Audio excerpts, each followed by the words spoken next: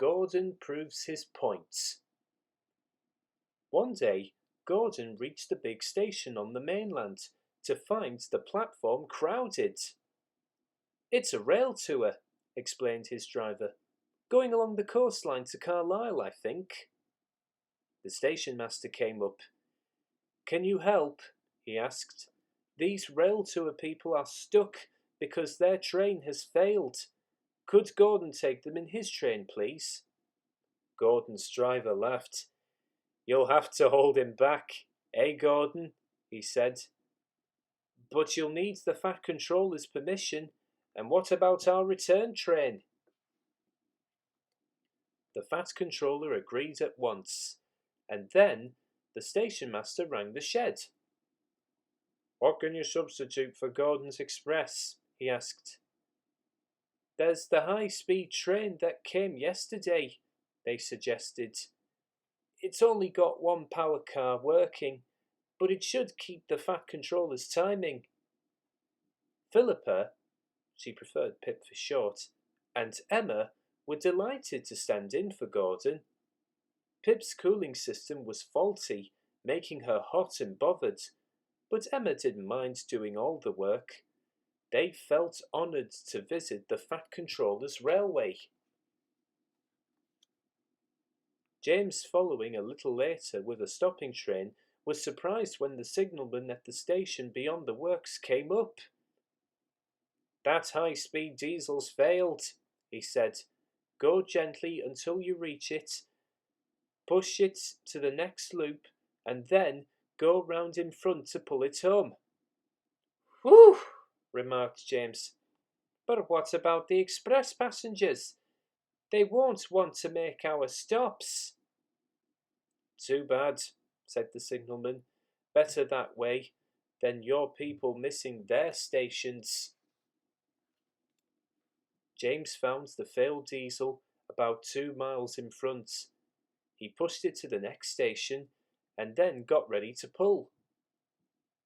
"I'm sorry I can't help," apologised Emma, who was in front, "but we are special lightweight coaches." "That's lucky," said James, who was already feeling puffed. But he found it easier than he expected. Once the train was moving, the coaches followed smoothly. As for the passengers, if they wandered about the extra stops, they didn't complain. The Fat Controller met them. "I'm sorry we're late, sir," said James.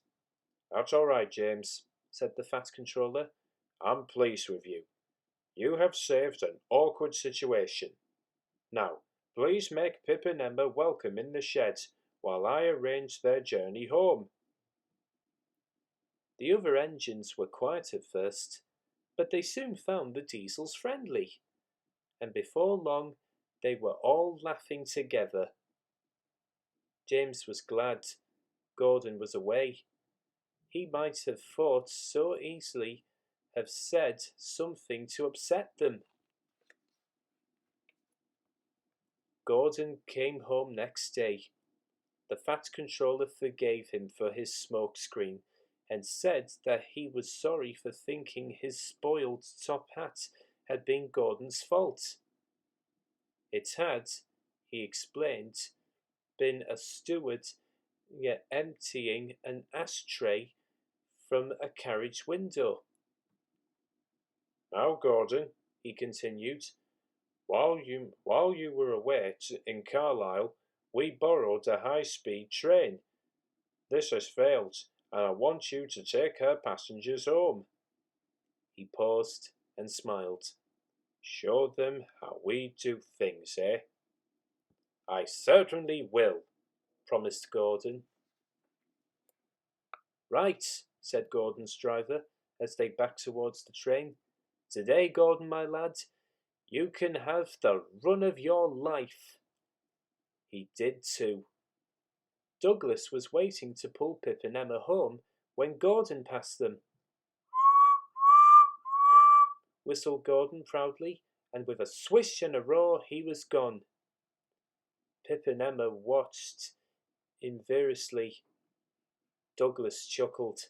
Ugh, he said to himself, Yourn Gordon's a high-speed engine, but it's me who's pulling the high-speed train.